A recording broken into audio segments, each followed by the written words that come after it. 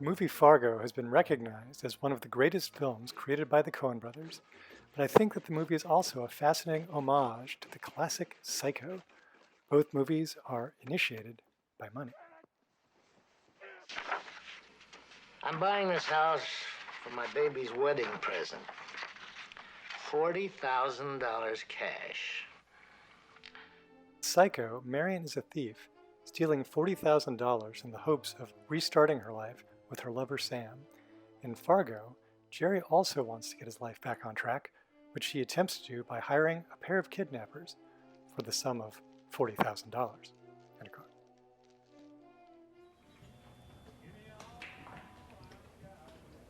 I guess that's it then. Here are the keys. No, that's not it, Jerry. Huh? The new vehicle plus $40,000. Yeah, but the deal was the car first, then the 40,000. Like as if it was the ransom. I thought Shep told you. Shep didn't tell us much, Jerry. Well, okay. Psycho is also famous for misleading the audience about the protagonist. While the movie introduces Marion as the primary character, played by the biggest star in Janet Leigh, she is killed before the halfway point of the film when her sister becomes the heroine. The same misdirection happens in Fargo, where the audience first meets the movie's POV character, William H. Macy's Jerry Lundegaard, in the first scene, but it isn't until the film has played for a half hour that we meet the movie's true protagonist, Frances McDormand's Marge Gunderson.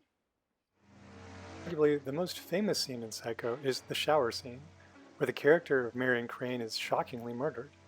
Her last act before she dies is to reach for the shower curtain, ripping it off the rod as her body slumps to the tub. It seems no accident that Fargo also features a shower scene. Like in Psycho, the female character is being stalked by men hoping to perform violence. Still, Fargo provides its own take on the shower scene. Instead of a killer going into the shower, Fargo inverts that, showing the shower curtain ripped off the rod as the potential victim seeks escape. However, as in Psycho, it ends with the woman motionless and helpless.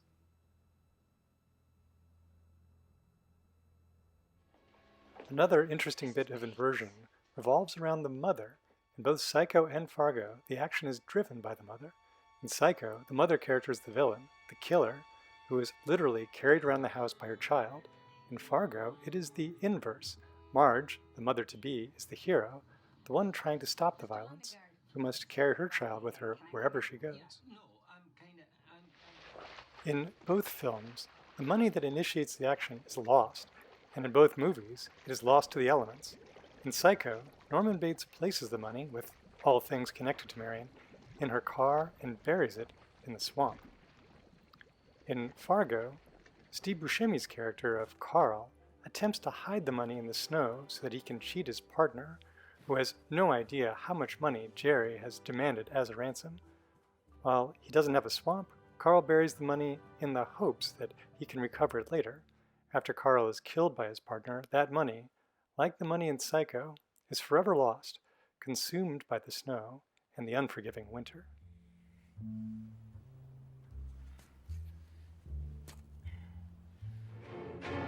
Lastly, it seems significant that both movies share close similarities in their titles. Both movies have a single word, two-syllable title that ends in O. This seems particularly noteworthy since, of all 18 movies made by the Coens, from Blood Simple all the way through The Ballad of Buster Scruggs, only a single title, Fargo, has only one word.